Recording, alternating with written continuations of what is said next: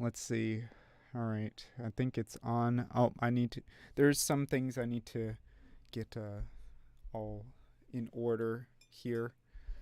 Hold on. I also have to put this on. I'm sorry I'm late, everyone. If anyone's watching right now, it's been a crazy 2 weeks, and it doesn't matter who you are right now in America. It's very turbulent. So, yep. So I hope everyone right now is doing their best to keep sane. You know, there is just craziness all around. And, you know, being someone that's kind of stuck between the two most powerful countries in the history of the world, you know, China and America, pretty much. I mean, like, historically, though, if you want to put other countries and other, you know, kingdoms and whatnot in context, yeah, there probably was more historically powerful countries. But right now, the two most powerful countries in the world, it can be completely, wow, it's so hard to to be between these countries, and also that they're always bickering at each other, right? So, yeah, but I don't want to talk too much about that today. Let me see if everything is in order here. Okay, let me see if the Reaper audio is coming through. Oh, I gotta press this. There we go. All right, so I'm just gonna keep talking, and also these are going to need to. I forgot I need to upload all of these because it doesn't come through a lot.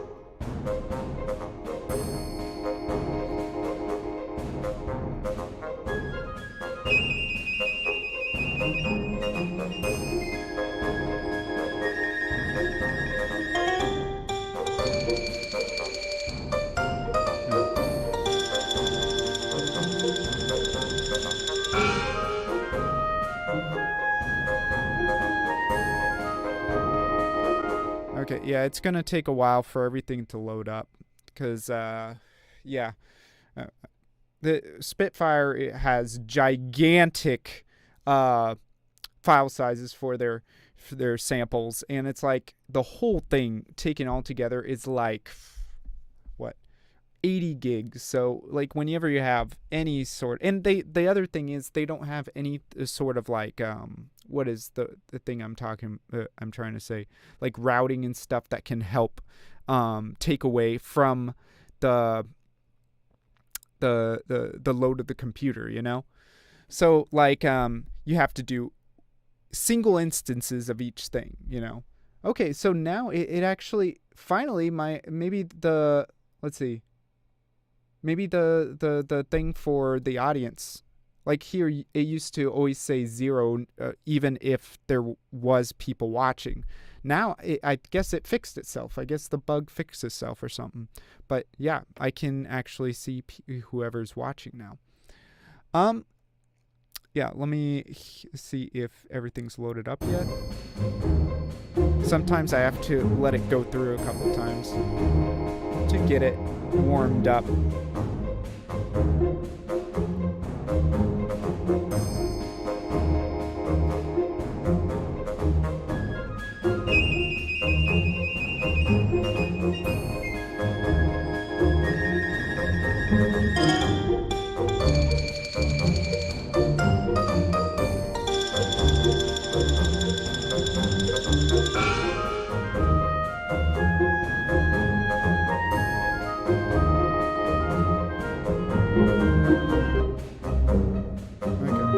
See, like you're getting little bits and pieces of everything, right?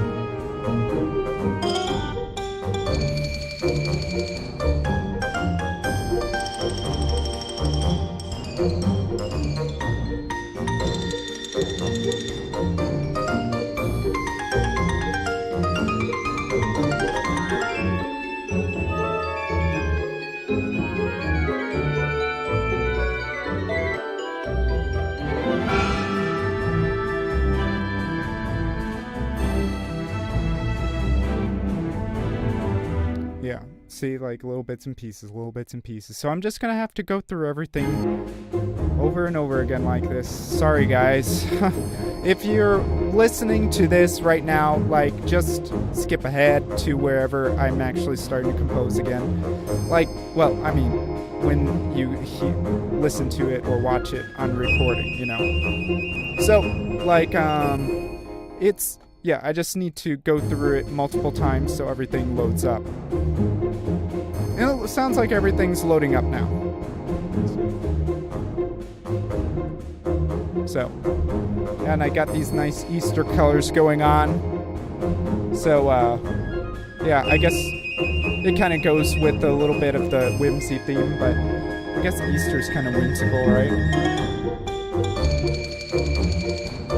Alright, everything should be loaded now. Let me put up the video to give some context.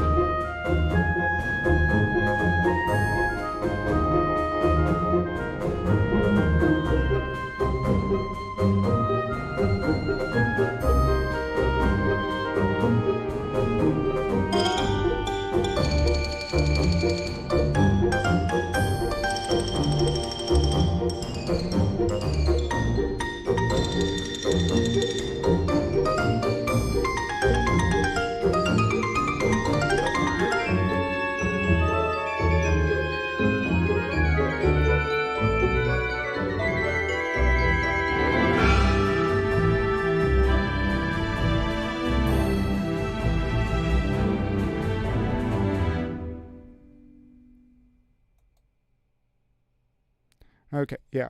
So now we're working on, so like I said before, pomp and circumstance, and then we got the velvety part at the end there.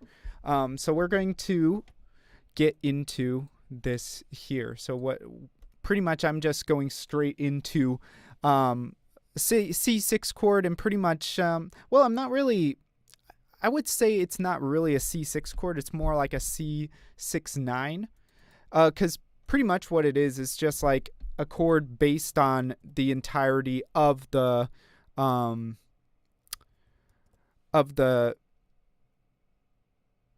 what is it called? The pentatonic scale, you know? So like that's where you get this kind of like really nice, what is it? This really nice, just I can only describe it as like velvety, kind of like you like spring has just come kind of feel. So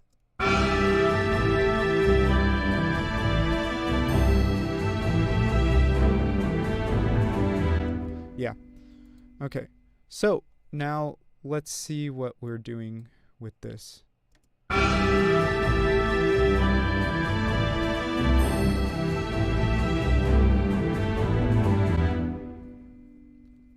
Okay, so all right, this is, so we got this chord going on. So I'm thinking, let me think really quick. So we have this pentatonic thing kind of going on, this lushness. That's the word I was looking for. We need something lush. And then let's see. Well, I wanted to do this thing where I did the circle of fifths, or I could do, I mean, because like what I did before, in my original piece, like, if we go, like the one that I did back in undergrad, let's put solo this and find where that part is.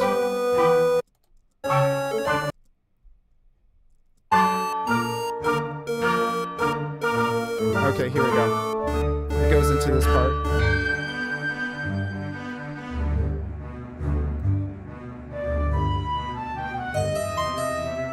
So it's got this kind of stepwise thing.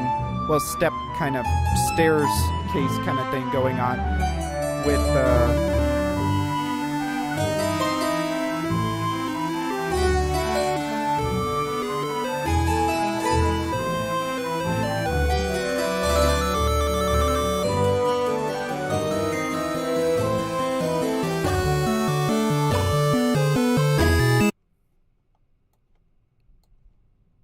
Yeah. So like that's kind of like the thing that I'm going. I don't know if I want to go for it here.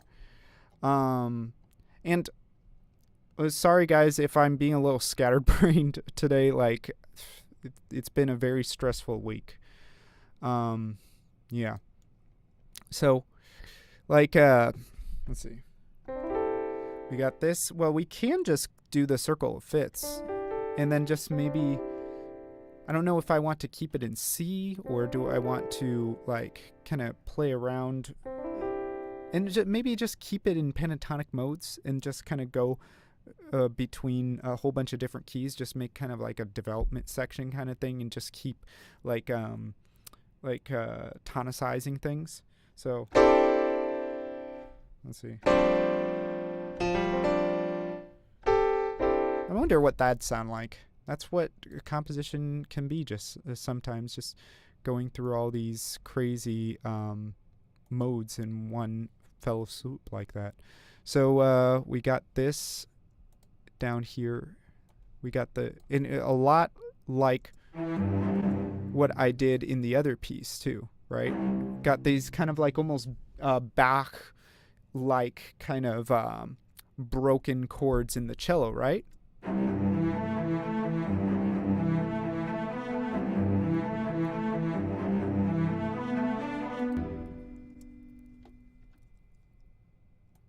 All right.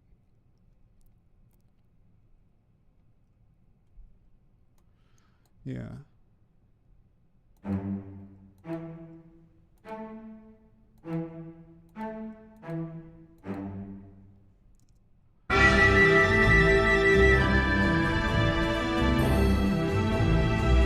I feel like I think I need to work on the chord progressions through the cello today.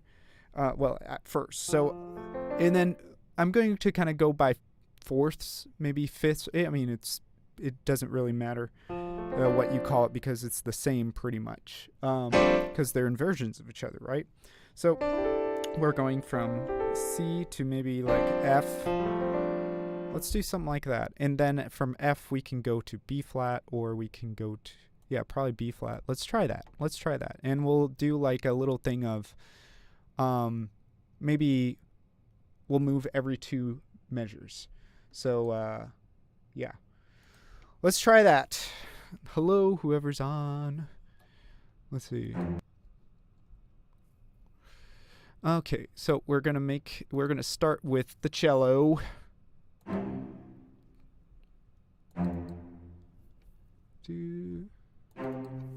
we'll do, you know what? Actually, what I can do is just what I do all the time is just bring apart and massage it into the chords, right? So we got this, bring it up.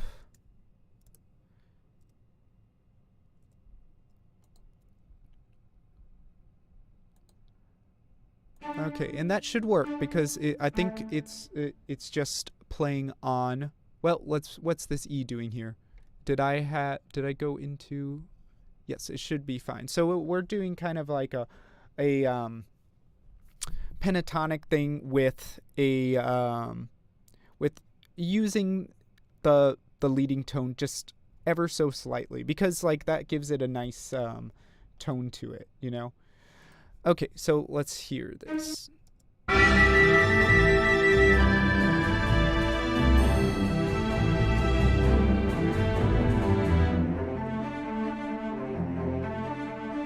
Yeah, I think that sounds pretty nice. And then let's go here and let's bring this. Let's see. I can't bring it any down lower. I'm going to have to go up because it goes to B flat, right? The cello doesn't have that low of a note.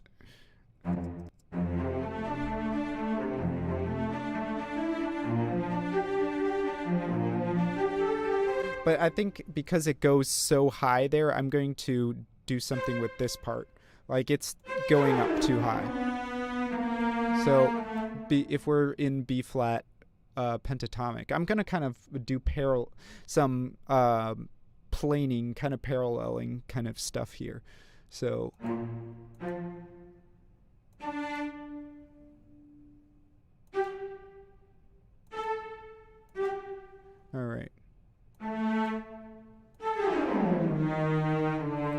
right, let's see what happens with that.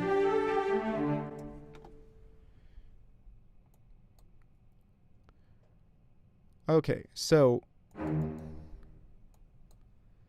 we got this. All right, let's bring it down to this chord here.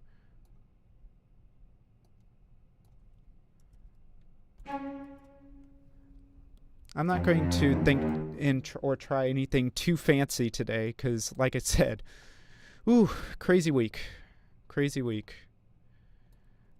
Like my brain needs a little bit of a rest, so I'm just going to do some simple kind of harmonic tricks here. And then, yeah, we need some more space in the cello part. And let's just drag it over to 2 minutes because that's kind of the amount of time I am kind of going for.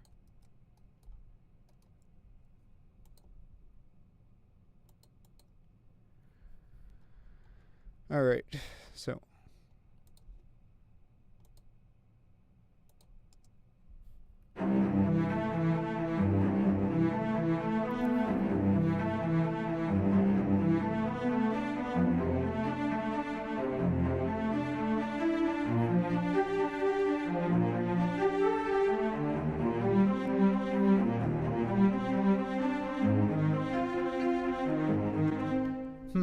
I feel like, I mean, like, if I keep it just going with that the entire time, it might get a little boring. So, like, let me see. I'm going to kind of mix up with the formula a little bit. So we got C, F, and it's going by fourth, pretty much. That's what I'm thinking of it. So it can go by fifths if you want. Is it? It might. You could also see it going down as fifths, right? But I'm thinking it going up by fourths. So we go from C to F. Let me label these. C to F.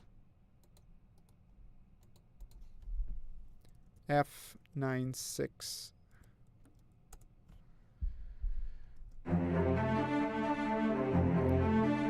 To B flat.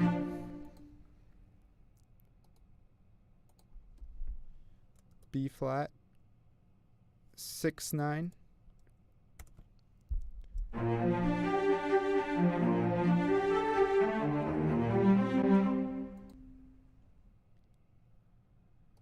All right.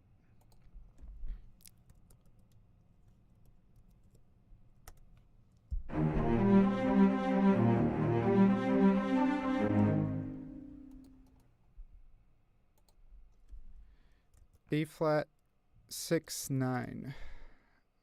Let's see. So I'm just going to label that as like my pentatonic chord. And now actually I think from now on I'm going to think of the 6 9 chords in that fashion. It's pretty much what you're spelling out is like the harmonic version of a pentatonic scale is just a 6 9 chord, right?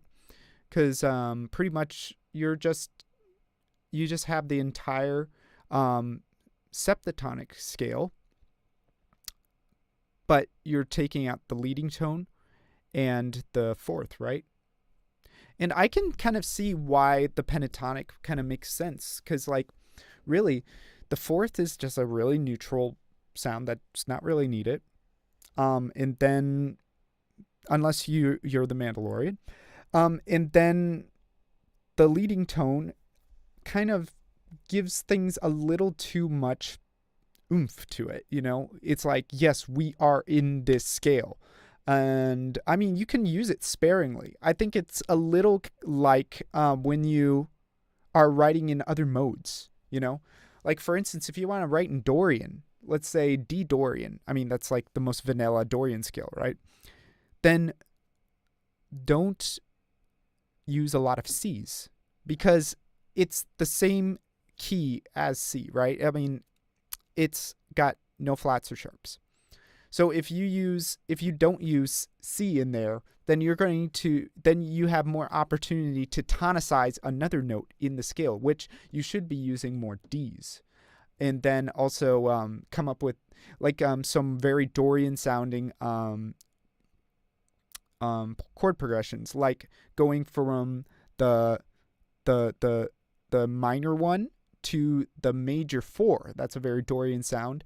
If you go to minor 1 to major 7, which in Dorian if it's in D Dorian, it would be going from D minor to C. So, like I should play. Oh, let me take this piano out. So, like that. That's a very Dorian sound. This is also a very Dorian sound. See, and the same thing is with the pentatonic scale. Like you can put this leading tone in there. Let's say let's keep it in D, so D pentatonic. You can do this C sharp every once in a while, but if you do it too much, you're going to start sounding like you're in the major scale and not the pentatonic scale, like the major septatonic scale. Oh, sorry. I put the 4th in there.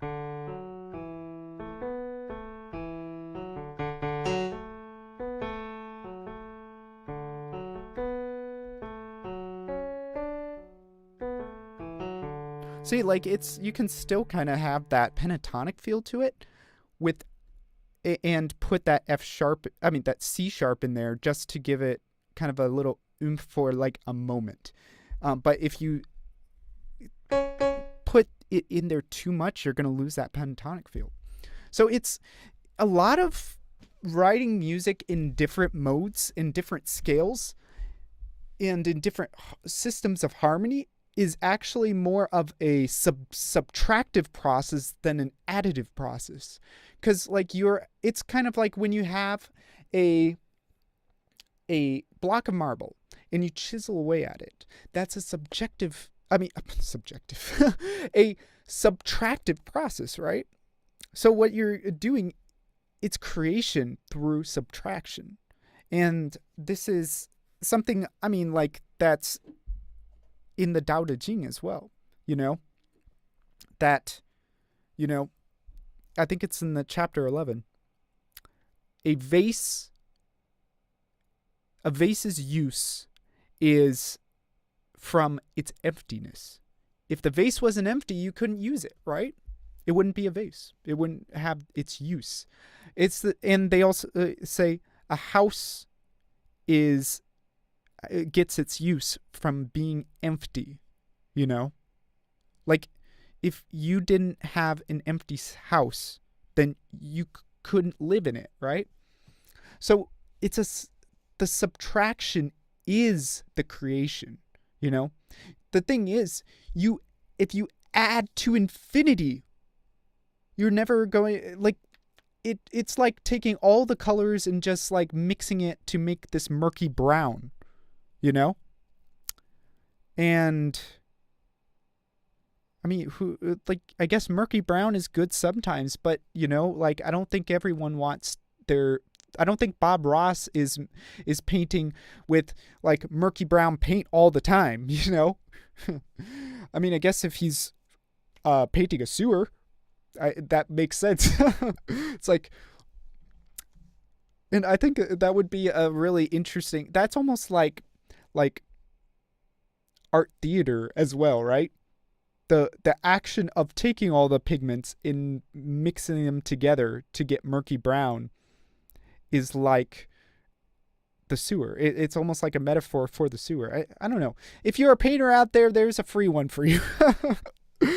But anyway, I think a lot of people, and let's say composers too, a lot of composers forget that there is creation and subtraction. And I've talked to one of my composer friends recently about this, and he was really against what I had to say about that. But I really do think that some of the best creations are through limitation, and some of the best things in life have been brought on through limitation, just like and I'm just going to rant a little bit because I feel like getting my mind off of things and thinking about positive stuff. I remember I was watching Drew Binsky lately, and if you haven't heard of Drew Binsky, he is just this phenomenal guy. His mission is to go to every country in the world. That's 197 countries. and some of them aren't easy to go into, like Libya. Ooh, I've been following him for about a year now, and man, he is one of my heroes. Like, that guy is so amazing. But like, what is it? He has been in Ghana recently, and he went up to the north of Ghana and, visit the villages and whatnot. And in one of these villages, there was this kid that used scrap metals to build a fully functional car. And I mean, you hear stories like that all the time. You never actually see like the like a video of just a guy that brought a camera and went up there and just met this kid out of nowhere. He just went to this village and it's like, wow, this kid's here. And it's like, I got to make a story about him.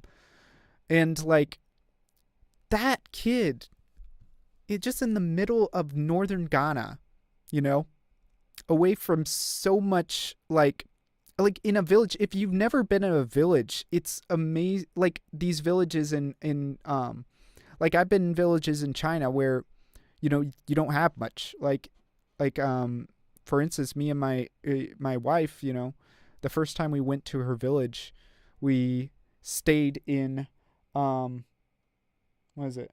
Oh, there's someone, a customer. Okay. But like, we stayed in her old childhood house, and no one has been there for like years, like 10, like maybe a whole decade.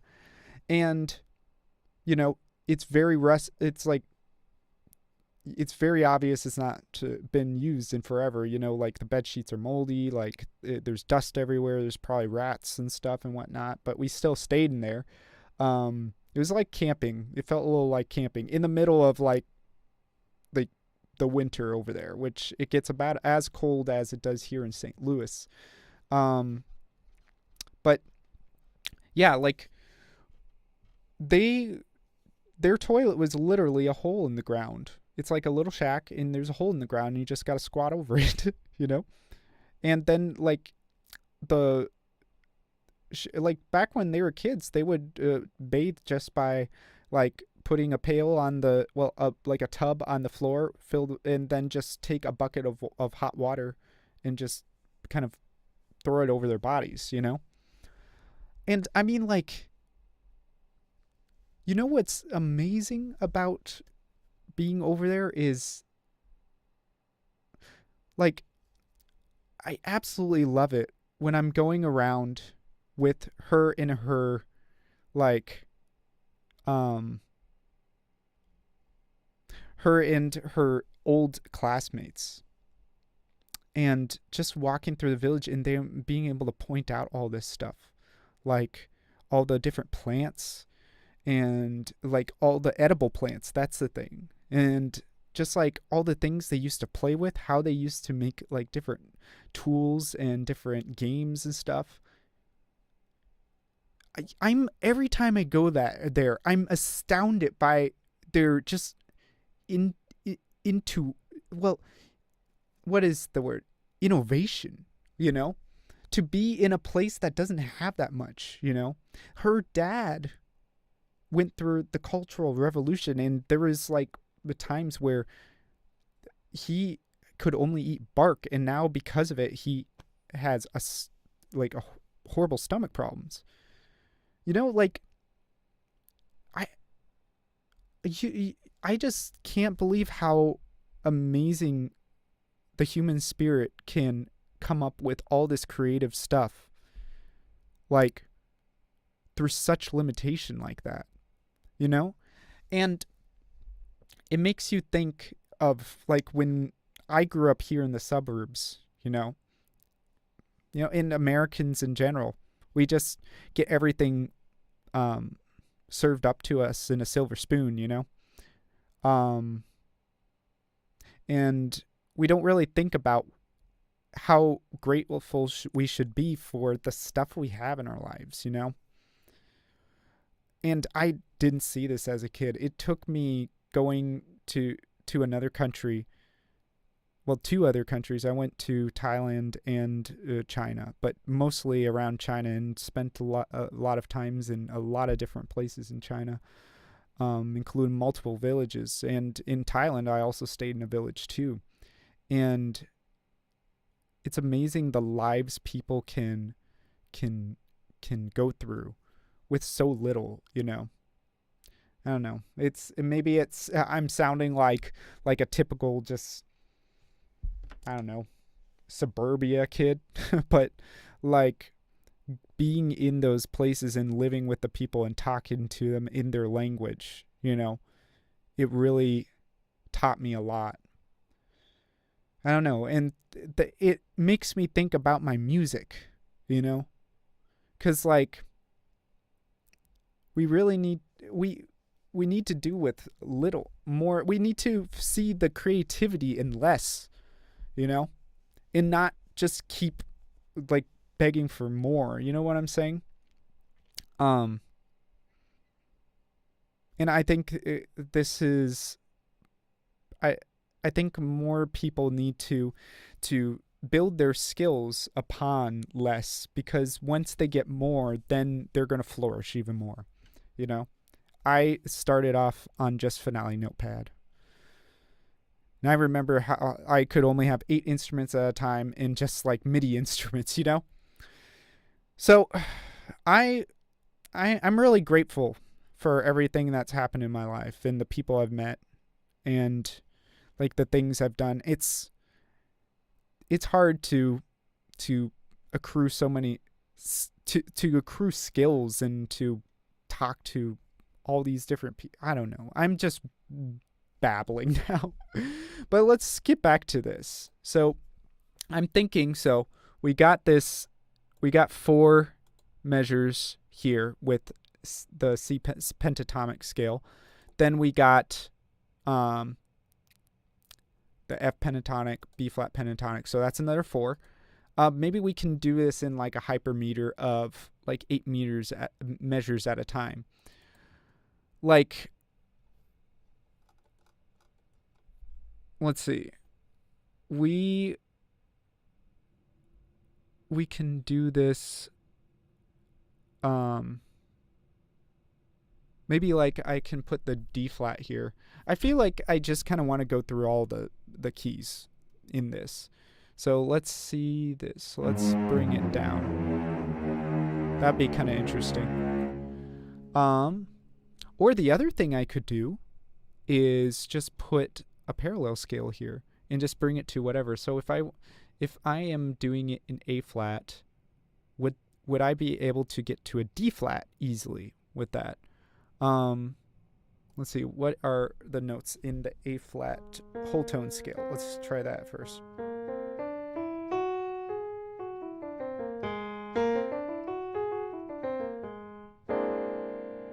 Let's see. Okay.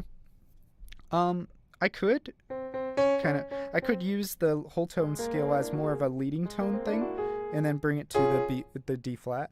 So I could either come in, approach it by a D or a C. Let's see what happens if I do that. Okay, delete all of this and kind of... Alright, so let's bring it down here.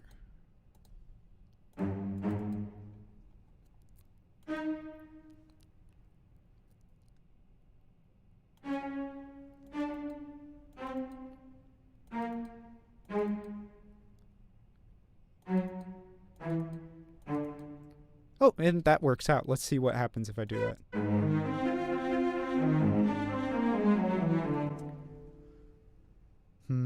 Maybe if I varied it up a little bit.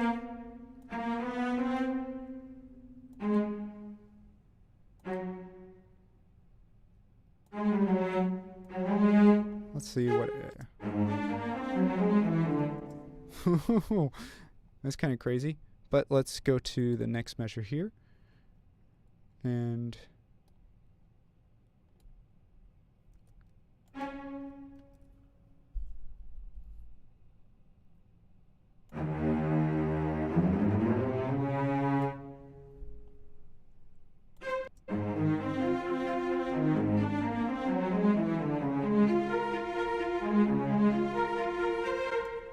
it's a little too high. I need to bring it all the way down to... It does feel like it's going to work, though. I need to...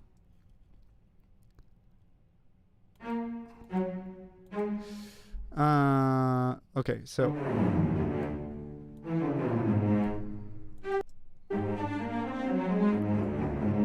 oh, that works. Oh, I love it. I love it. Doesn't that sounds good? So this is just a whole tone scale, like a flat whole tone scale. So how would I um how would I label that? I like. Oh, thanks, mom. Yeah.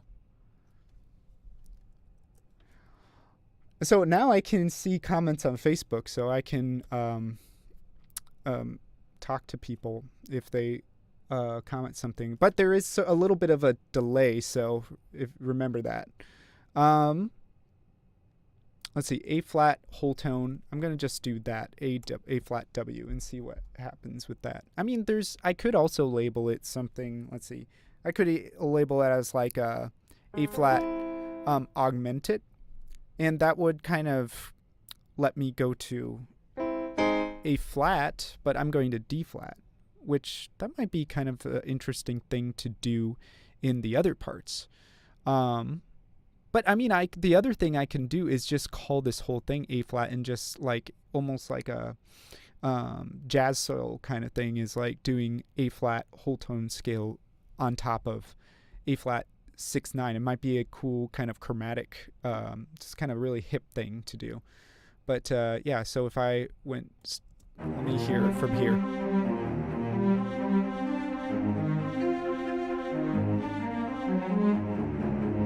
Oh, that sounds really nice. That sounds really nice. It actually rounds off fairly good. Like I didn't think that it would feel so round. So let's go to this next part here, where I will just, like I said, I'm going to take this. I'm just morphing. I'm just kind of building everything upon this first set of 4 measures and just kind of massaging everything into the chord progression that I'm doing now. So this is D flat. Now I'm going to bring it to, so if we're going up fourths, I am going to go to a G flat now.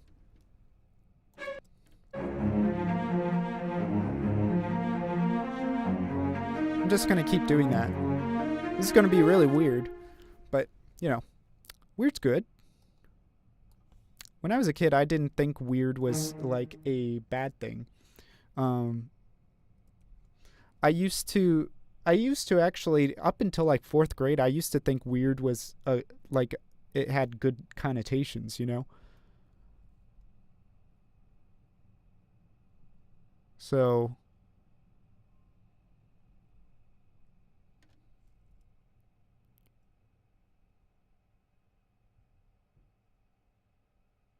let's see.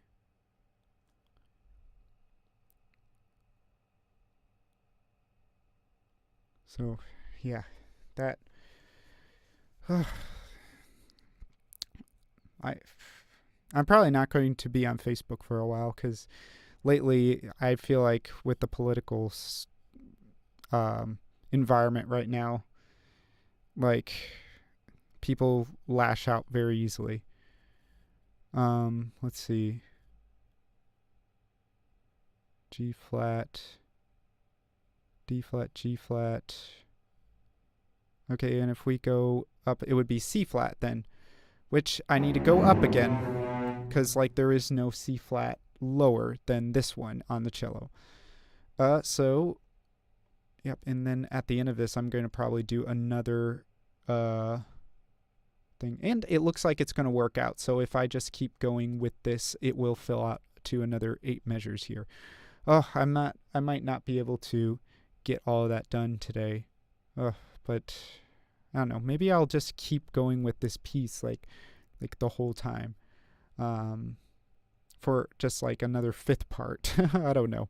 Or I might finish it some other day by myself and then just put out the whole thing, you know. Okay, so E, okay, and then bring it down to E. So we're going to be E, A, then we're A to, okay, wait, E to A to D. What's up, Carl? How's it going, man? Like, so, yeah. All right, so like I'll just fill you in on what's going on here. So now with this kingdom piece I'm doing, like I said in the beginning, I got the pomp and circumstance kind of part, and then I got the velvety part. I'm in the velvety part now. And what I'm thinking I want to do here is just do paralleling on chords that are made up of an entire pentatonic scale. So here in the beginning, I got a C6-9, which would be, that kind of thing. And I'm just going to parallel that. I'll go, see, I got C, and then I go to F, and then B flat. I'm doing the circle of fifths or fourths, whatever you want to say. And then just kind of going through the motions with that. So it kind of sounds like this. Kind of got that Bach kind of cello suite feel.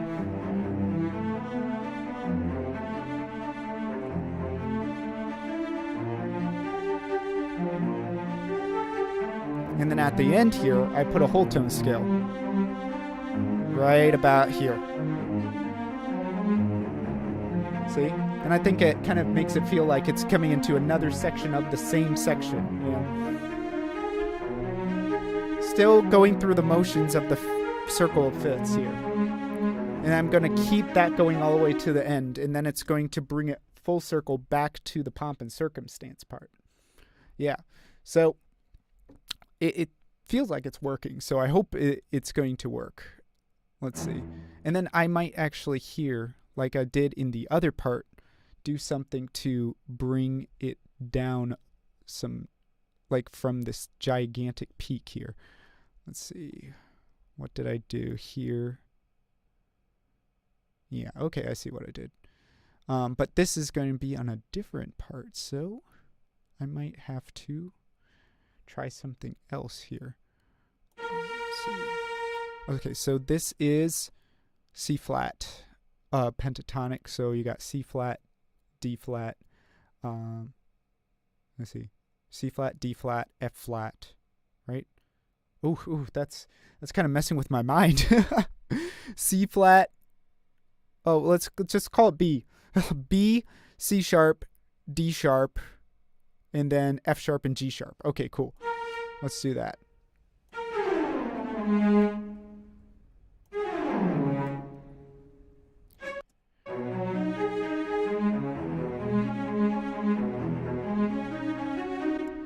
Okay, so yep, that works.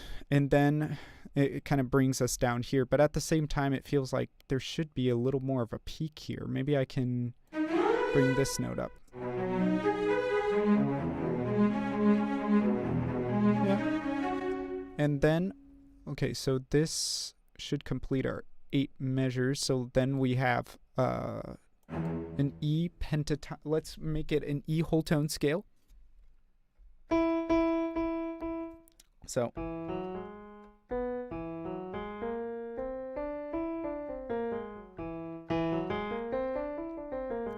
and then so we're going to get to A, so we need to do the same thing we did with the other one and just do a B flat, maybe just like a little bit of a variation on it. So it's going to start on an, let's see, an E, but it's going to, oh, I got to bring it up a lot. See, like this. Whew, it's getting up into that 4th octave. That's going to be, that might be, nah, it's not too much of a problem. It's been kind of staying in that 4th, like from the 2nd to the 4th octave. So,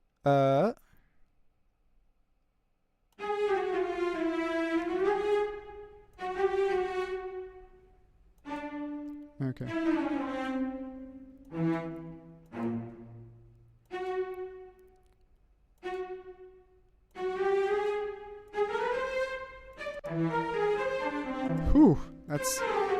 That's snarky. I'm working with a snarky puppy here. Okay, so then we got the next part. So I'm just kind of putting out the chord progression here. I'm not going to do too much going on with this. Let's see.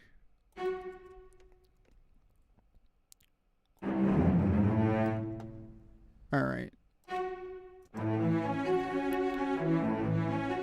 It feels like we're coming back home. So we go to A to D and then G and then C. Oh, let's see. We got to bring it back to F, right? Because like we're going, I want to bring this back to the very, let's see, C to F. Okay. I can maybe just add one more measure, maybe, and just like bring it back to the, well, it's A flat. Oh, I need A flat. So let me think. I need to have like a C sharp.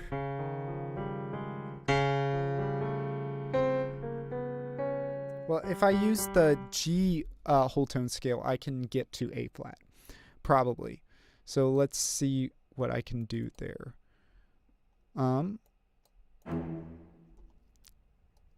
So A to D. Let's bring it down to this lower D. And then we got, wait, we got 3 more measures. That's kind of weird. Okay, D to G. And then, yeah, okay, I can make this work if I give it 1 more measure, but that's going to be slightly off. Why don't I give it 2 more measures and I can make it like a big old thing?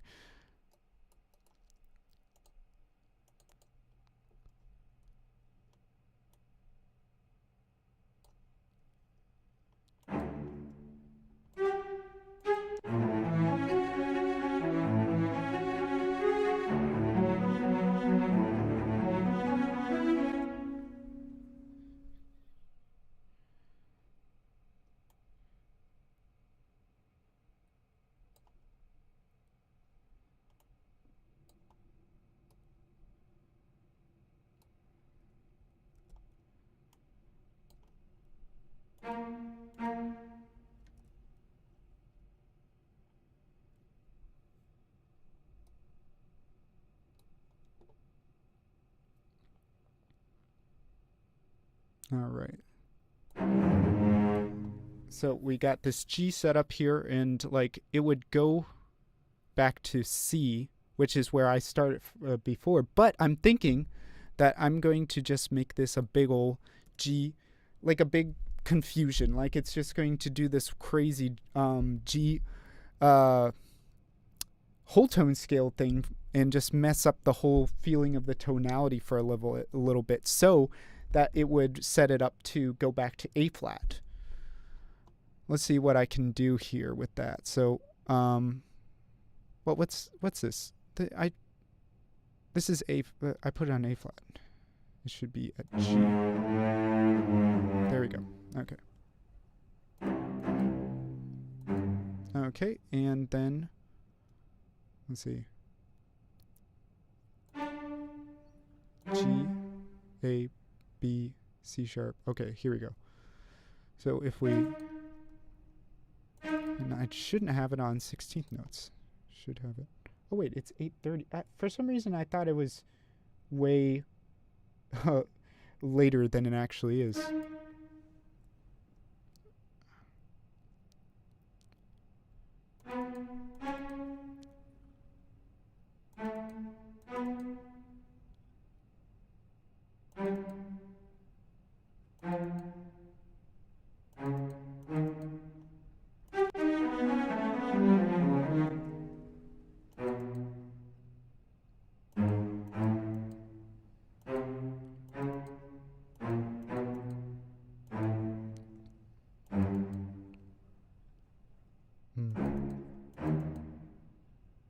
Oh, yeah, I should get it.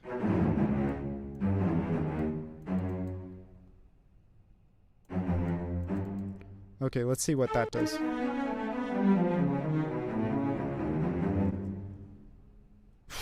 I don't know. That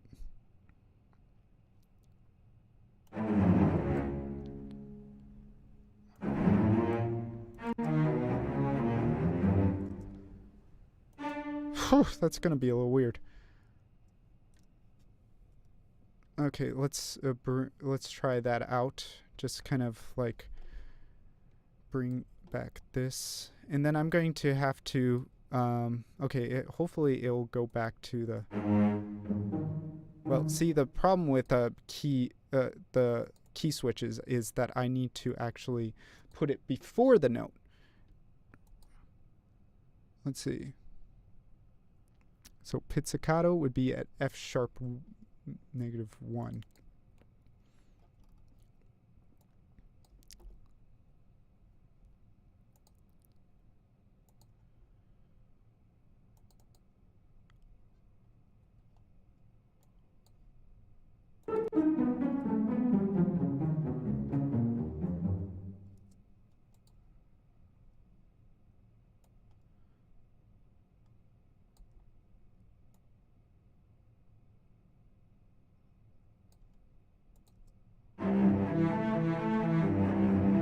Okay, so now I'm back in here. Let me just see. Oh, and I need to put this on.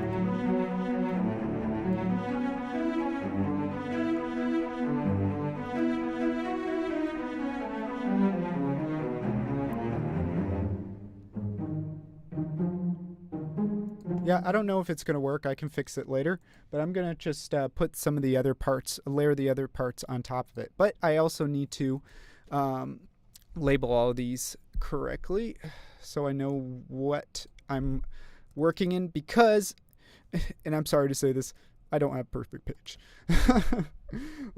So I need to, a lot of times I need to rely on just notating everything.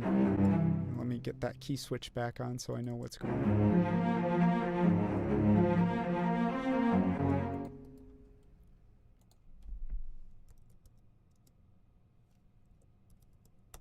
Okay.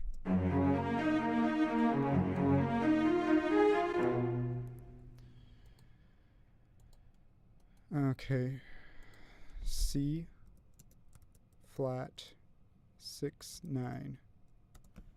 But I'm gonna just label it B because like it's B. Like I'm not going to get too theory-ish on you.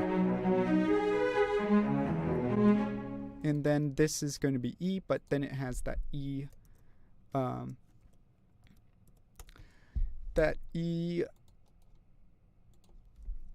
whole tone going on there. Ew.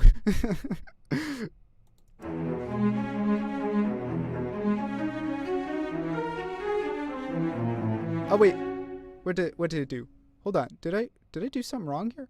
Uh-oh, spaghetti-o. Hold on.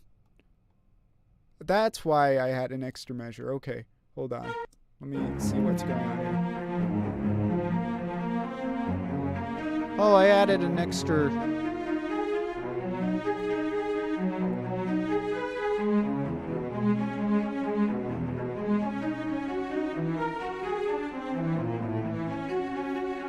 Yeah, there's an extra measure in there.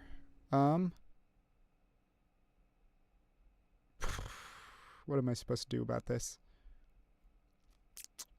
Well, what I can do is just bring everything on the right here a little towards the left. Just one measure to the left.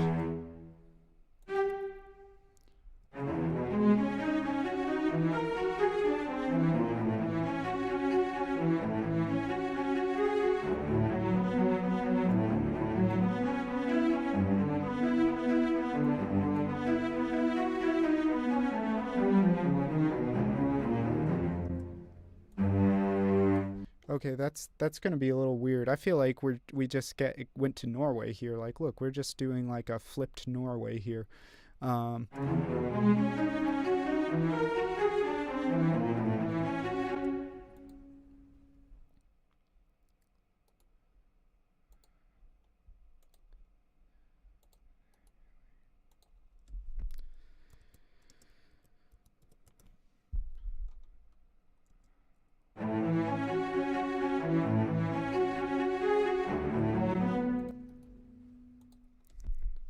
All right.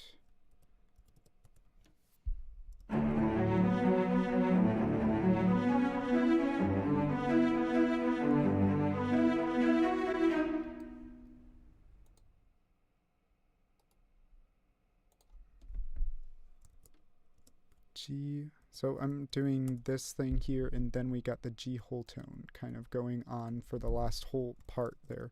So that's going to be able to get me back to A flat here.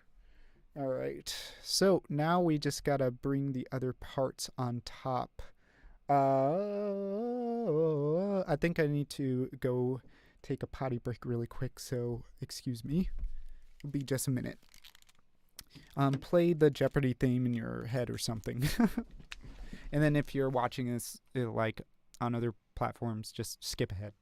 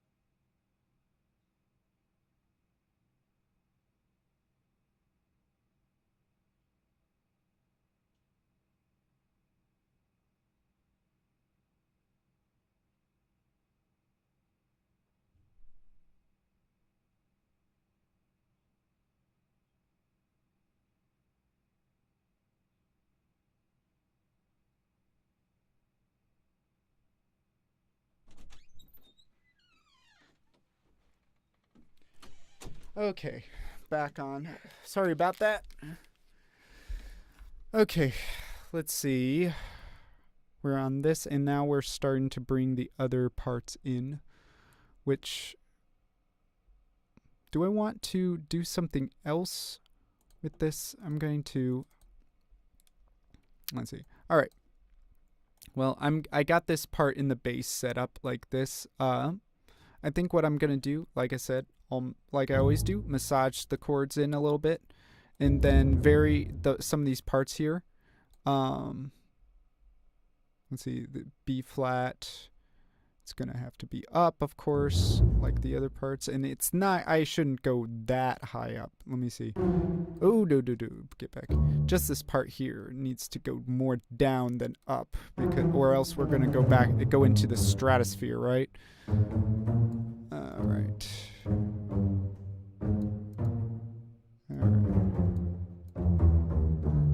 Yeah, that'll probably, let's see. Yeah, that'll get us to E flat. Yeah, because we don't want to, we also have to, well, we can go down there because we'll just assume that there's an extension on that. So why don't we,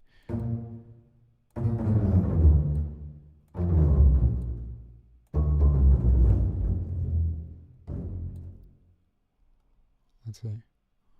Where are we here? Oops. Are we in... Okay. We are in straight eighth.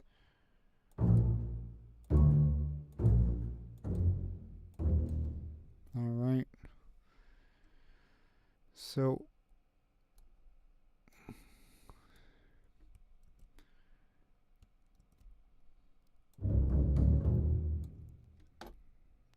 Okay. A flat, and then A flat. And then we gotta bring ourselves into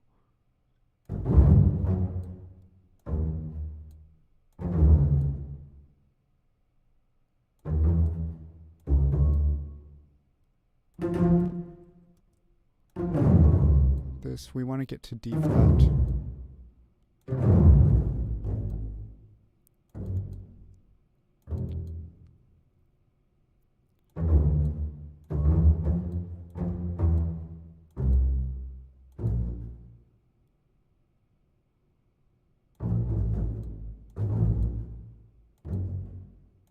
Okay, here we go. But that I need to go one. Let's skip down here. I gotta get to this D flat. Okay. Yeah, I think that should. Let's see. Well, actually, I should kind of sync.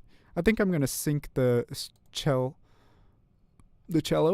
with the bass part there. That'll probably work a lot better. Right? Instead of just kind of worming around there. Yep. And then, of course, bring it down an octave. Here we go. That should work then. Hopefully. Let's hear what these sound like together so far.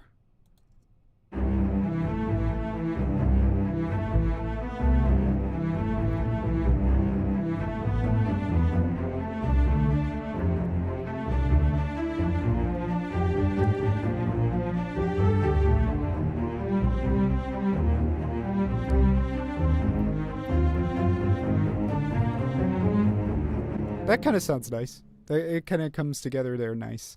And then the other part here is putting it.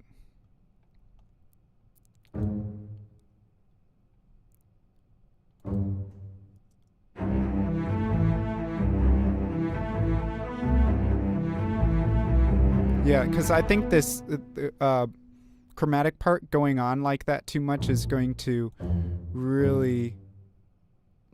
It's going to add too much to it. So I'm going to just take out one. I'm just going to take out that one chromatic note that's outside of it. Like, I'll keep the leading tone on there. Let's see what it sounds like that.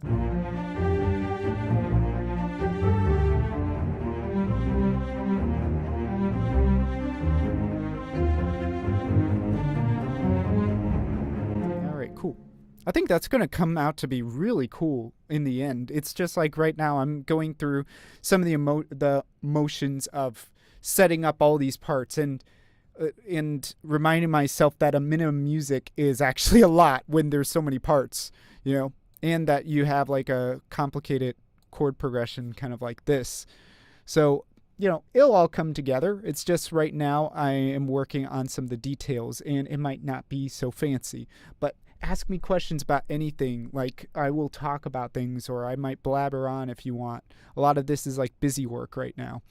So ask me anything you want, like about me, about composing, whatever. Like, I am totally up to hearing, answering questions. Or just tell me about how your day is going. You know, like, Carl, are you still on? Tell me what's going on, man.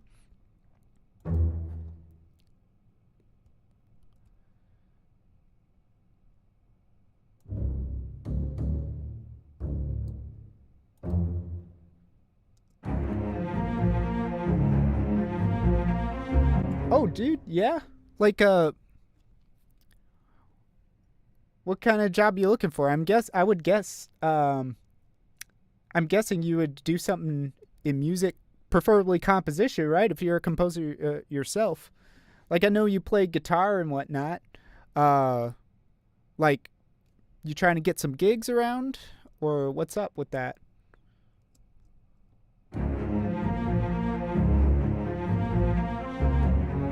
And this needs to be changed to G flat.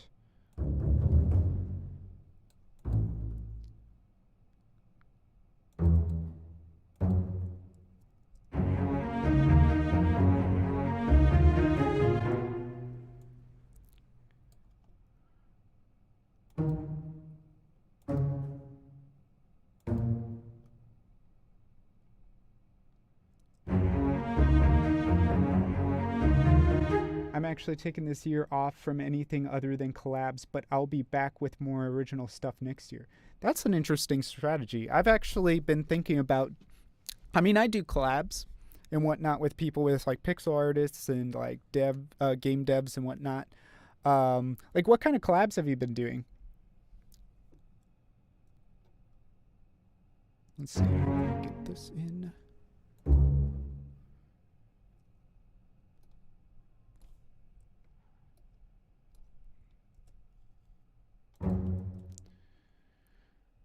Okay. We got to bring it up to B.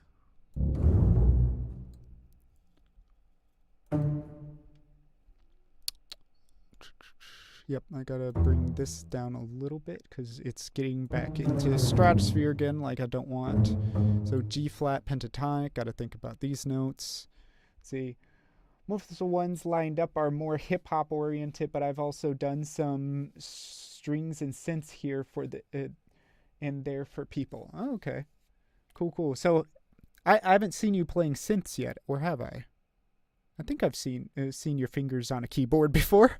I'm sure like all composers have their fingers on keyboards every once in a while, but I probably saw that and just thought, oh, he's composing rather than, oh, he's a keyboardist, you know?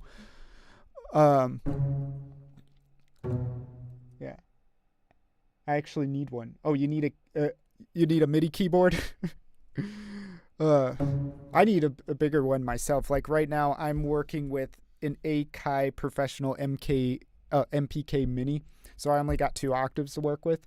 Back in China, I had the full shebang, you know? I had the full 88 key MIDI keyboard, and I miss having that because now I feel so, especially when I'm trying to do stuff in B, I feel like I'm so, like I'm missing just that one note, you know? But, you know, it happens. Let me see. So bringing this down, these notes down to here.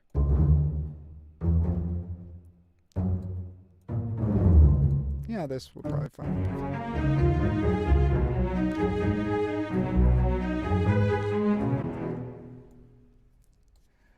But yeah, I need to listen to some of your stuff, man. Like you got a SoundCloud page? Like I'll have to check it out a little later. Like, see, like, hip-hop is still something, like, I'm really into, like, lo-fi hip-hop and stuff, which people should be, because it's awesome. But, like, and my favorite guy is Nujabes. Like, he is my shit. I love Nujabes. And I really need to, like, you know what really makes me sad is Mad Villain passed away, like, just recently, and it makes me feel like how when I was in high school, I never listened to Michael Jackson. Yes, rest in peace, Nujabes and Mad Villain, man. It's such a heartbreaking year, man. Like, and then Neil Peart and so many other guys, you know. Like, oh, it's bringing me a tear to my eye just now. But like, I really need to listen to more of Mad Villain's stuff because I really liked. What was it? I think he has an album, Mad Villainy. My buddy in college finally got me into hip hop because like before I never really like listened to anything I really liked, and then he showed me Mad Villain. I remember liking that album, Mad Villainy. I think that's what it's called, right? And it has that one where it has, man, what is it? It's a part where it goes what is it? What is that song? I really love that song. And I listened to that on repeat for like 20-30 times. But it's like the beginning of a like swing, like an old-timey swing orchestra.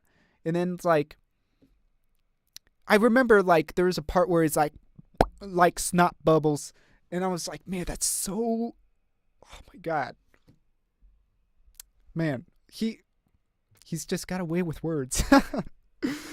But like yeah, I really need to listen to more of his stuff because it makes me feel how I felt like back in high school when I never really got into Michael Jackson, and then he passed away, and then I really got into Michael Jackson. Like the whole next year, like that was all I listened to. I was like, just like, I'm looking at the man in the mirror. And I was just into that stuff. And I feel like I really should like really listen. I mean, like, people shouldn't do this, but like, after someone passes, listen to all their stuff. It's like, I don't know. It almost feels like, man, it just feels like I just feel kind of bad for not really getting into all this stuff before. But like that one Mad Villainy, I remember that being such a classic album, man. But like, yeah, my buddy in college got me really into hip hop, and he was like into all of it all the time. Like, he got me into Mad Villain. He also had me listen to acid rap and listen to Biggie. I mean, like, it was just, the problem was that he gave me so much that I was just kind of overwhelmed all of a sudden. It's like, oh my God, you're giving me all the good stuff and I don't know what to pick. It's like being in a candy store and just seeing everything being so delectable and just being like, where do I start? And I feel like I got really overwhelmed, but like, and that's probably why I kind of hid into like the jazz kind of, like the soft jazz kind of, smooth jazz kind of hip hop. Yeah, it's a lot harder when you're an adult to go deep, to do deep dives like that. LOL. Yeah, dude. Like it's the same thing that I feel like with the Final Fantasy games right now. Like, I started on Final Fantasy VII recently. It's easier when you're in middle/high school and you just have all that time to listen to all the things. Yeah, exactly. But then back then you're also filled with hormones and just like thinking about other stuff as well. But I had a very eclectic taste for music pretty much all my life. And like I do feel like I can get into new stuff now, but it's harder to just sit down and like take in the music as it is, rather than being like working and listening at the same time. And let me see, it's a little hot in here. And like, what is it? Hip hop just kind of escaped me at that time, and I was more fascinated with like microtonal music and what else? Like a lot of concert music. I was kind of getting into like Persichetti. I was also getting into like glitch music. What else was I into at that time? I remember like my favorite bands back in the day was Primus, Tool, what else? The Beatles. That's also when I started getting to the Beatles too. What other bands were there? I mean, I was in a rock band and I played, was it some Hot Chili Peppers? I played bass, and I still play bass really. Let me see, what else?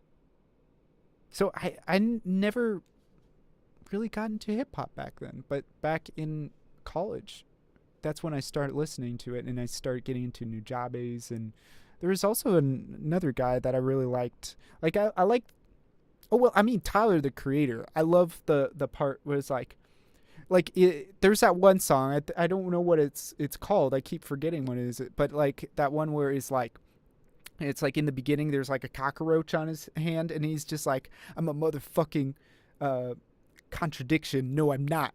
Like, I was just like, as soon as I heard that line, I was like hooked.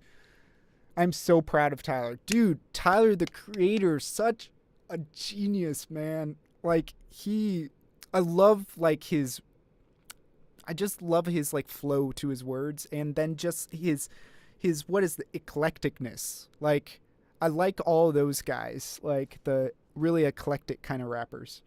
But I also like more guys like, just like classic guys like Biggie and like Tupac.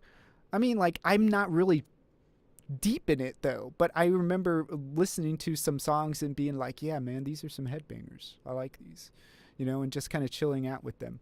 And then Yonkers, that's it. Yeah, Yonkers.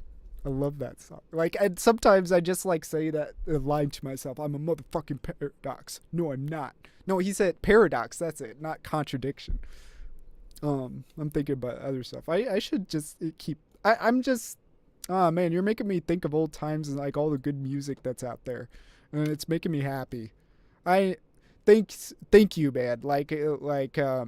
I really needed like something to cheer me up a little bit today. Like whew, today has been a crazy day, man. Crazy week. Let's see. And then we got that. And then we got to kind of massage this chord in. Da, da, da.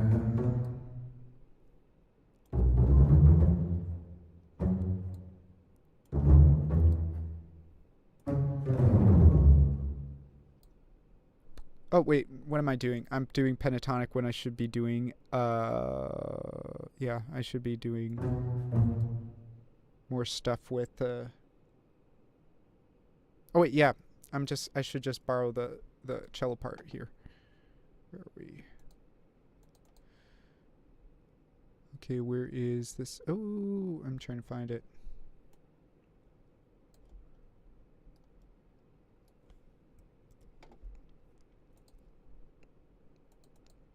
All right. Try to be a little less of a chatty Cathy right now and get some stuff done. Yonkers. Man, I feel like I need to listen to that song again now. I should bring this down. Nope, it's gonna be too low.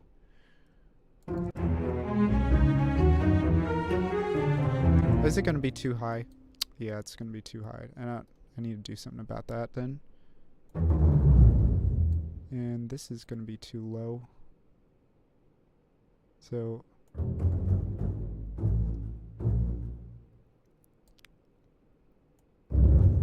yep, this is going to be a little bit of a problem, but I can make it work, I think. Yep, it'll work. I was just kind of... Dude, do you ever feel like composing is a little bit like a Sudoku puzzle? Like, I feel like sometimes there's actually like problems to solve harmonically. And like here right now, I'm feeling like this right now. It's...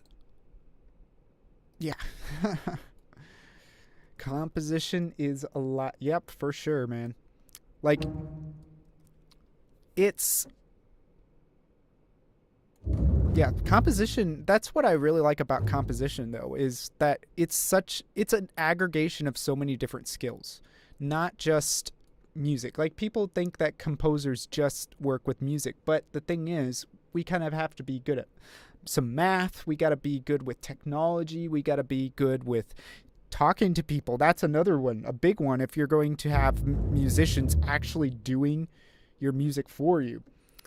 And, like, people forget these kind of processes, you know? So that's what I really like about being a composer, is just the multifaceted aspects of it, and not just, you know, music. Because I'm kind of like someone that's, I would consider myself an ambivert, you know? Someone that, you know, I like being around people, but sometimes I want to, you know, get some stuff done by myself. And I think that's what a composer needs to be. Someone that kind of, like, rides on that line between liking people and just wanting to be by yourself in a cabin in the middle of the woods playing on, I don't know, like a hammered dulcimer or something, because a lot of us like weird stuff like that. But yeah, it's I think it's definitely what I want to do for a living, you know? How about you, man? Like, do you feel like composition is like your end goal for a job? Or do you feel like there's something else that you'd rather do as a main job and then maybe do some composition on the side? Because there's a lot of people that like to do that as well, you know?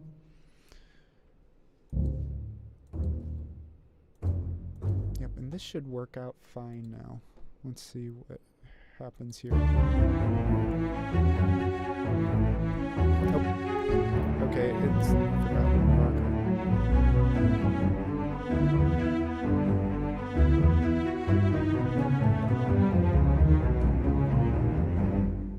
Oh, that'd be a whole lot of fun. For now, I do tech support and whatnot to pay bills, but yeah, composing and collaborating is the end goal.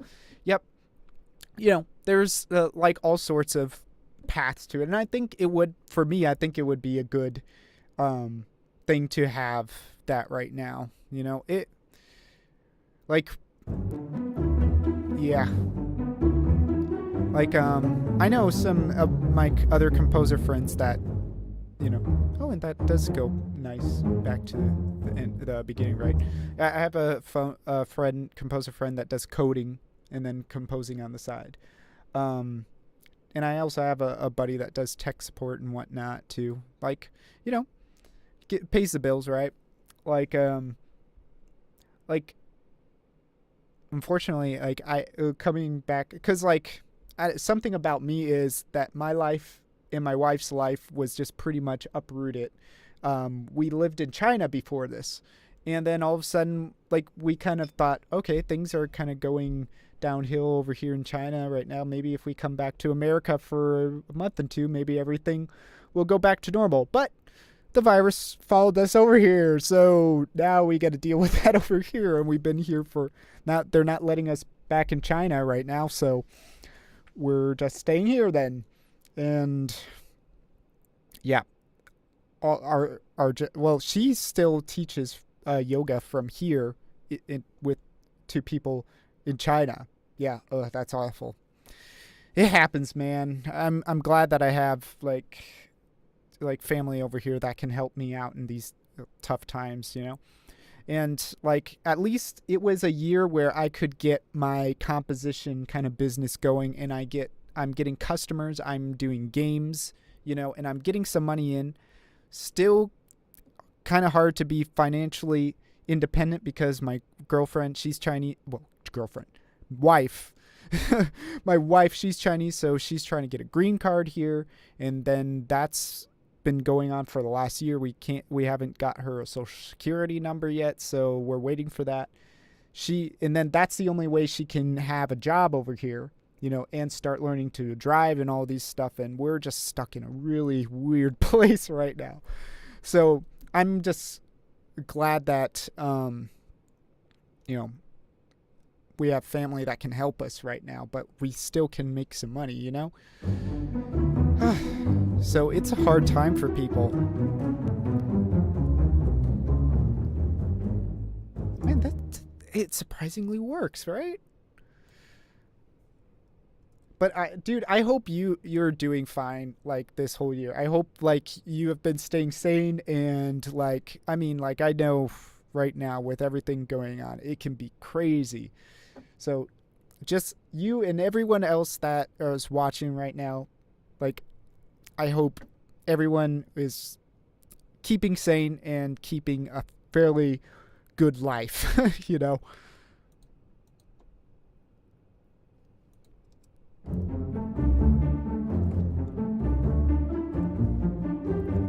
Now I'm trying to think what I want on top of that. Do I want to...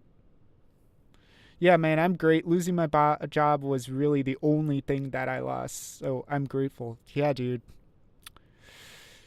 I'm sorry you lost your job, but I hope that you got something from it, because me and my wife getting uprooted from our life in China, I mean, it's bad, but I found a lot of good from it, you know?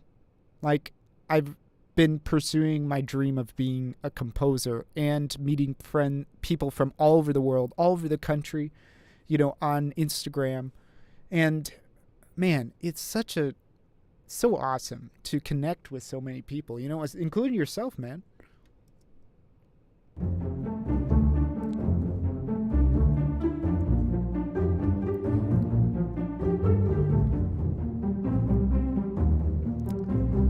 But so this is the $1 million question. What should I do with the viola and the violin? You got any ideas, man? Like, because like in the beginning of this, like I have these chords here. It's all luscious. I think actually I might do some upbeats. You know, like bump, bump, bump, bump, something like that. That might be kind of cool. Or I could also, the other thing I could do is kind of go along with the cello and kind of do something like that. But I don't know. I'm not really feeling up to that. I'm feeling a little more like upbeat things. But the other thing I could do is kind of just let the cello and the bass kind of just do their thing, you know?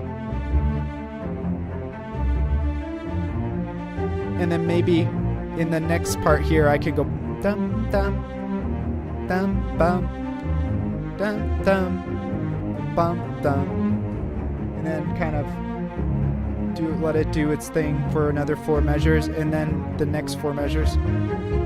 Bum bum bum bum bum bum bum bum bum, and then kind of let it do its thing again.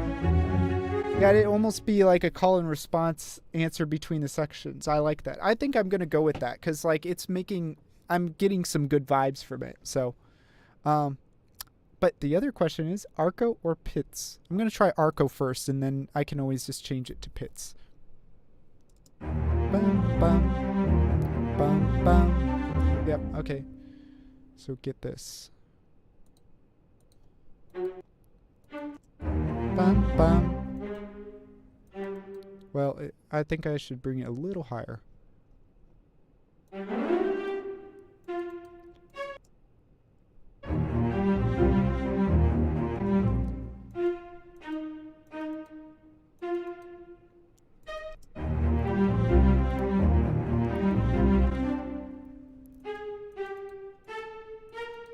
Yeah, how about that?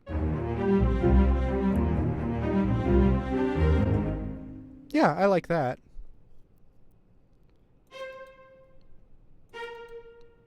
So.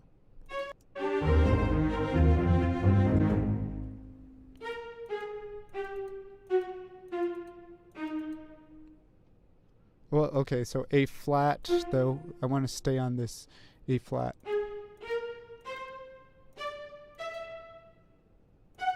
Okay, yeah. Alright, let's see what.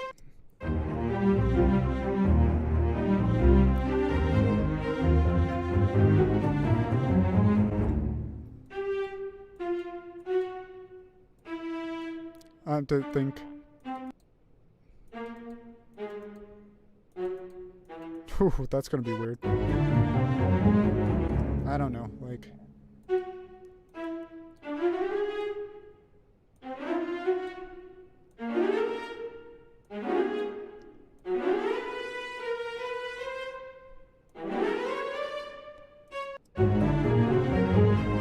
Okay, that might kind of be cool. And let's kind of massage this in with the violin part. I think actually this should be like a run, like a really. Let's see, but what am I supposed to? 16th note run. Digga digga digga digga digga. I think 16th notes should work.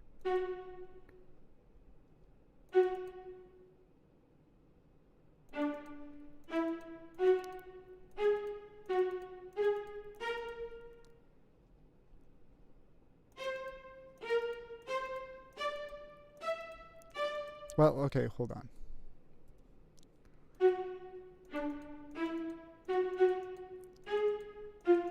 I should kind of make it mathematically pleasing, I think. And then also doing it like this, with this shape, it's not going to bring it all the way into the stratosphere.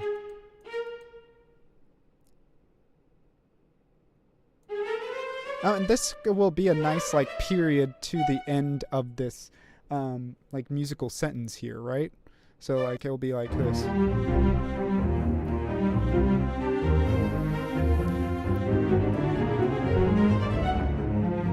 Right? That might kind of be, that might be nice. And then like bring this over here.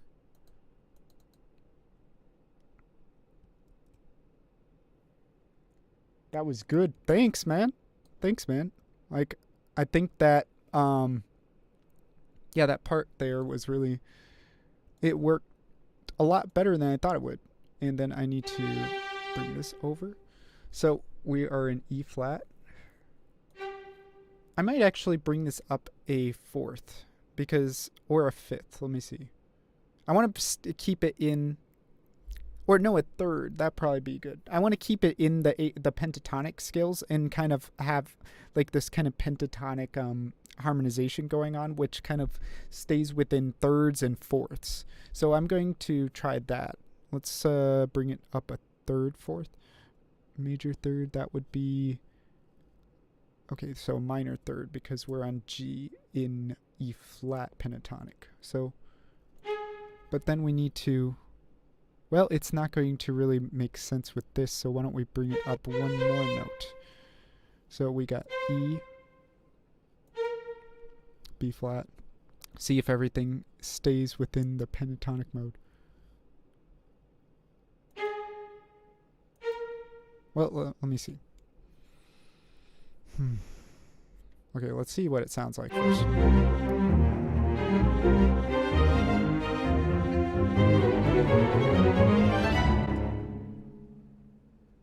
Little crazy there, a little crazy at towards the end there. Let me see. I might change something here with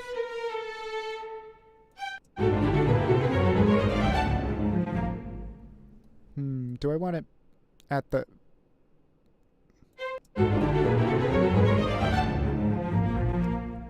sounds a little evil to me. Let's see. Let's try that.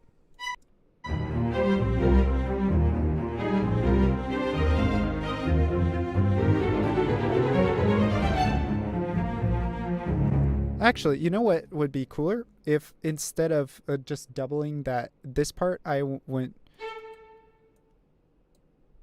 like this.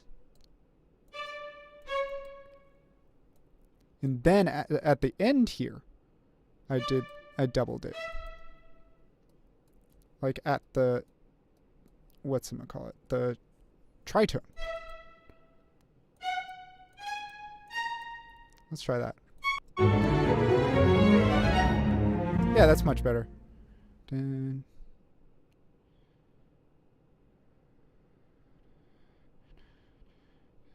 And then here. Dun, dun. Wait, what's going on here? I'm not. Hold on. Oh, sorry. It should be more like this.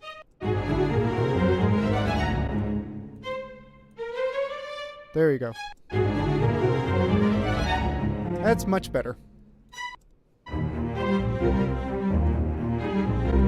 I don't like this note. It's a little too...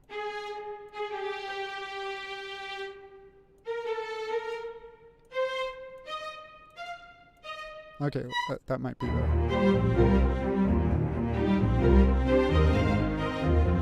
Well, also this note here... Well, I mean, it does make sense, doesn't it?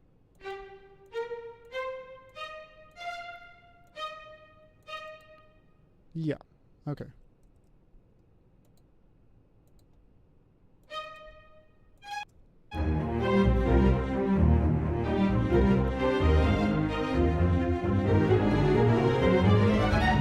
There we go. That's kind of nice. Okay, so let's go back to here. I just want to hear what it sounds like in context.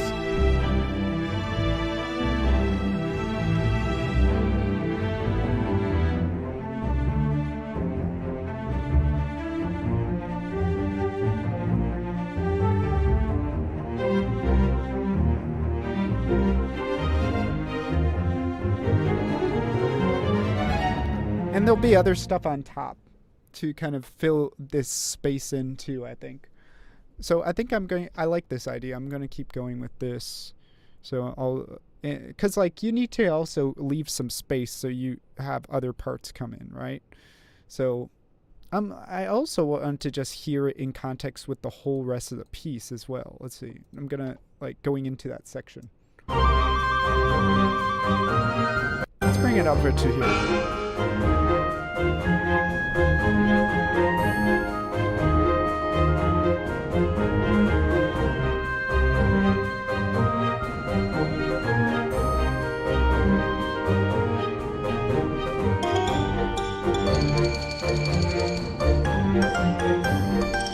Oh, the bass is going crazy.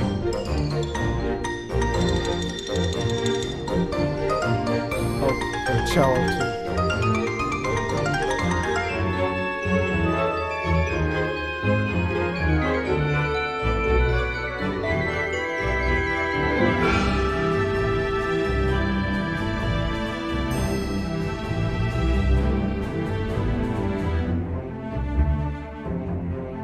And then, of course, like I said, there's going to be more stuff on top. So you gotta kind of just imagine it.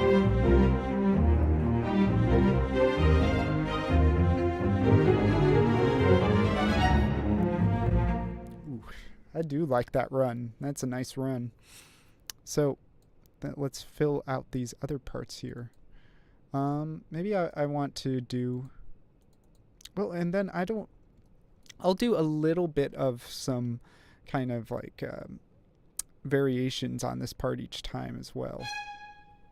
So we're in B now. I was starting on the 6th. So let's bring this up a 6th. So put it in this. Yes, and it should be. Let's see if it works out.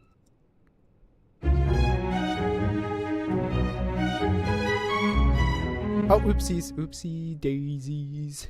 Okay, like I need to bring it over here.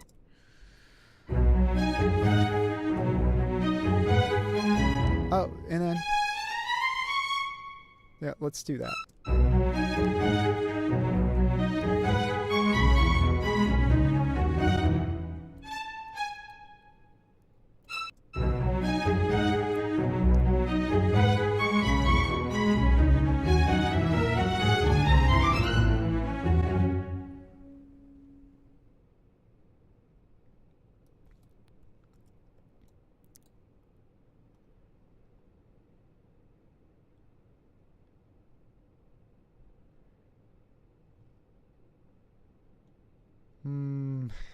And now I'm coming into another puzzle-like problem. Like, because what I got going on here is I put two... Well, I mean, I'm going to just put it in here and then just kind of massage it into the chords like I usually do.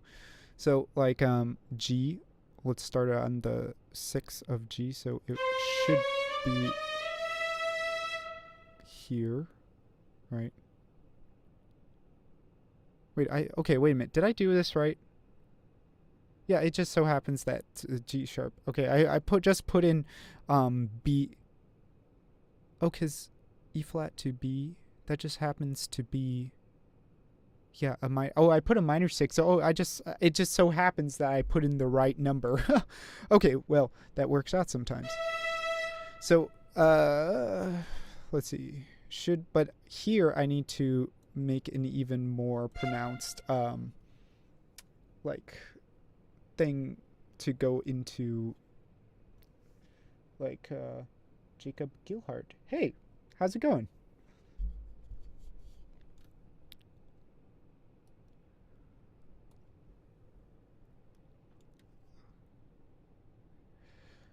Do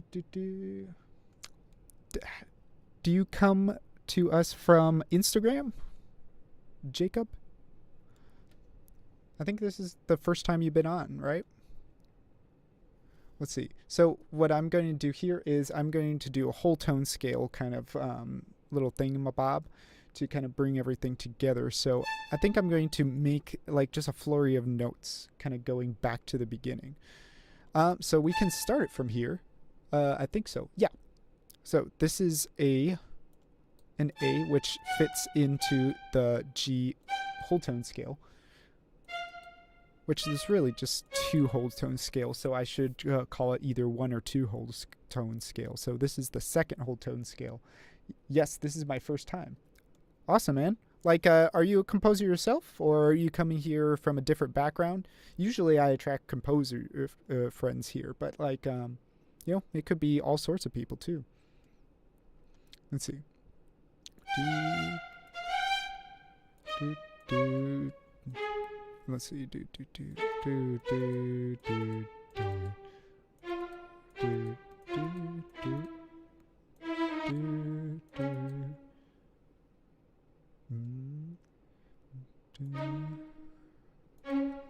Let's see. Okay, another composer problem to get through.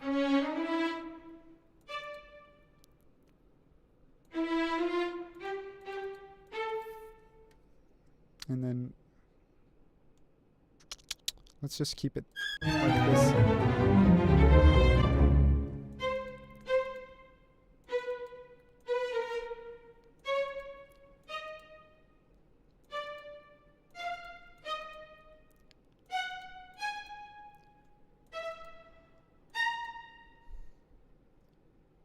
So do you play songs on this from Kingdom Hearts? Like, what I do is, so I'm doing rescores. So what I do here, I'll show you what I am doing here. Like, so I got a scene from a game. This time it was Kingdom Hearts, and my buddy said, hey, I wasn't really too into the theme for Wonderland in Kingdom Hearts. Why don't you do kind of a rescore for it? So I got some game footage, and then I just kind of thought about, okay, so it's kind of a kingdom theme. What kind of elements are the kingdom theme? Then I started kind of playing around with the forms of kingdom things, because like I have other kingdom themes from other games. Like you might recognize some of these. Like, of course, Peach's Castle from Mario 64.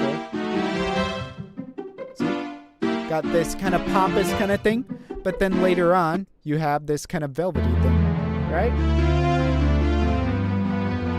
And that's kind of what I'm trying to do here. And I noticed with most kingdom / castle themes, you always have this juxtaposition between pompous, this kind of, and this kind of velvety. So like here is some other examples. Like, if you've ever played the classic RPG, one of the classics, Mario RPG, the Kingdom theme, the Mushroom Kingdom theme is also like this too, see? This pompous kind of thing.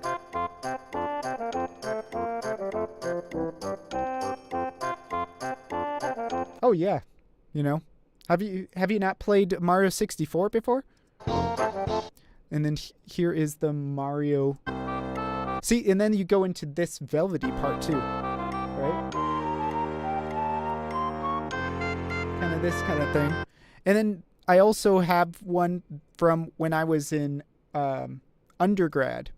So like one that I made before. It might be a little loud, sorry about that. Oh yeah. Good, you played it. See, this kind of thing here, and then the other, the velvety part.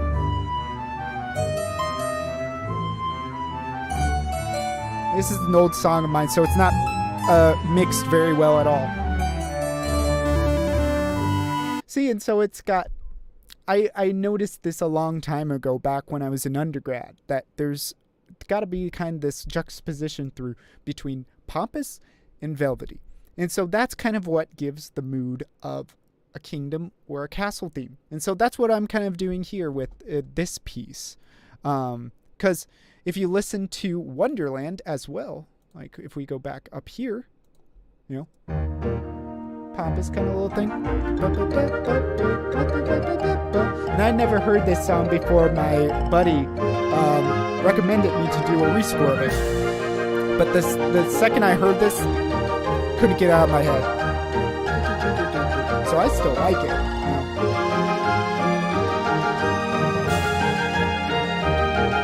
And then it gets into this part over here, right? Velvety.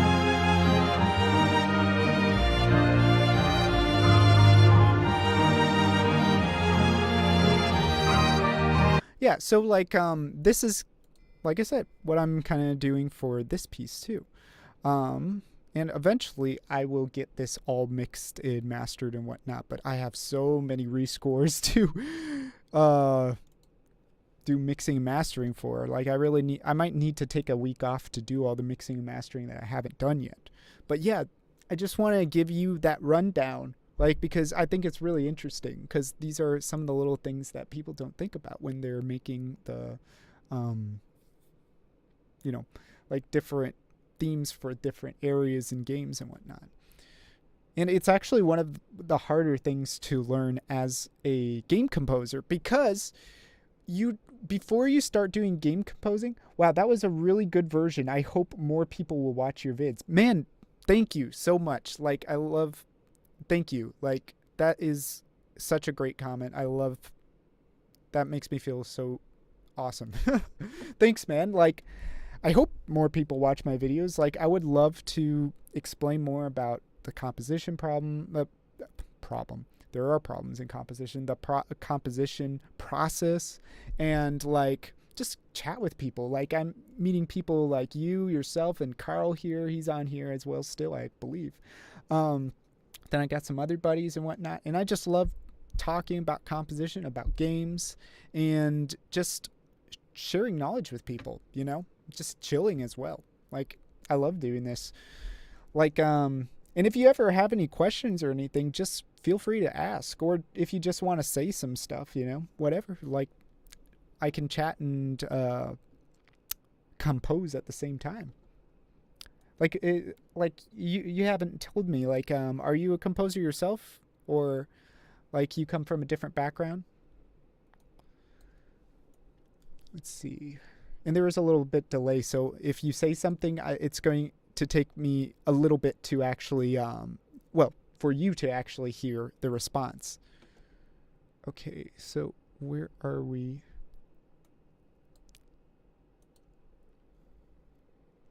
Yes, this is where we are. Okay.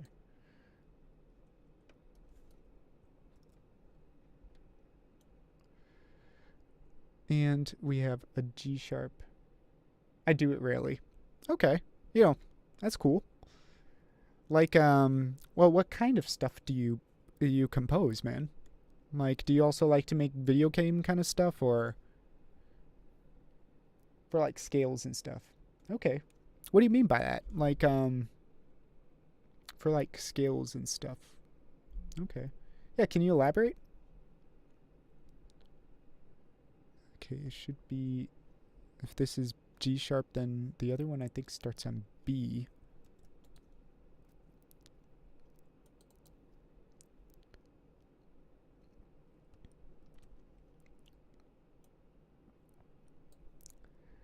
I don't make up the music. Oh, okay. Okay. Let's see. Oh, I lost that. Should be, well, no, wait. If the other one, okay, so this is C and this is G. It should be a fourth apart, so I should be on D sharp. There we go. And then that should place it in the right place there. And it should be arco, not... I'm not good at it, though, so I don't know lots of stuff. I'm young.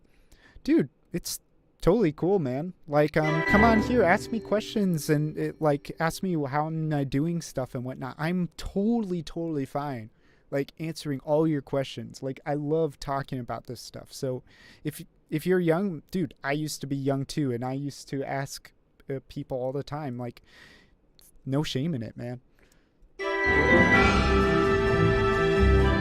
I mean, I'm still young, to be honest. So I got a lot of learning, but I'm more than happy to share the little stuff that I know.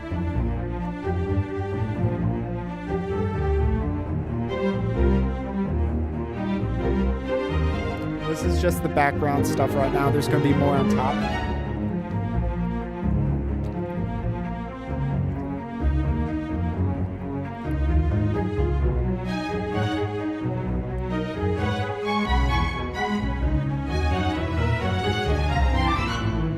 Might need to be changed later depending on what I put on top of it.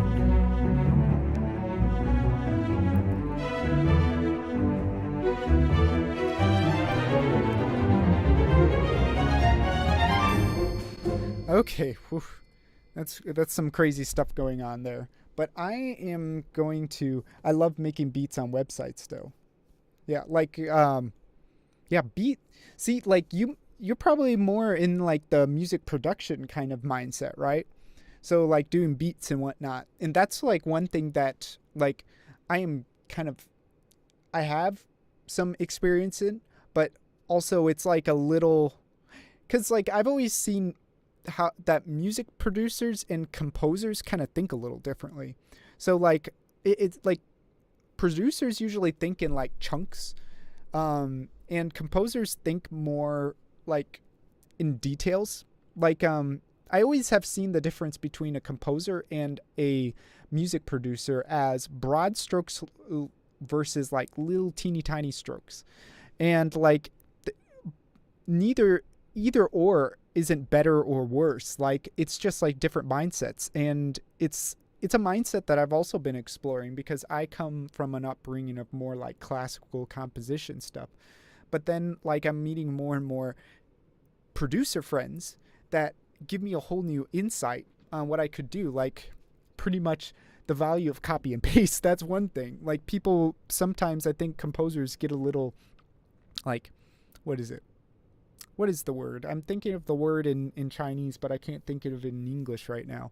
Like, they kind of look down. Like a lot of composers will look down on producers when it shouldn't be like that. We should learn from each other because producers have value in what they produce as well, you know? And then there's also DJs. And I'm just kind of rambling on because these are just kind of some concepts that I like to think about and just muse over. DJs are also another little thing in there too. Like I think before, and I think a lot of composers will also kind of look down on DJs as well when they also have a fairly, I mean, of course they have a complicated job and just like all these other little things that you never really think about as a composer. And I hope all these kinds of mindsets blend together soon because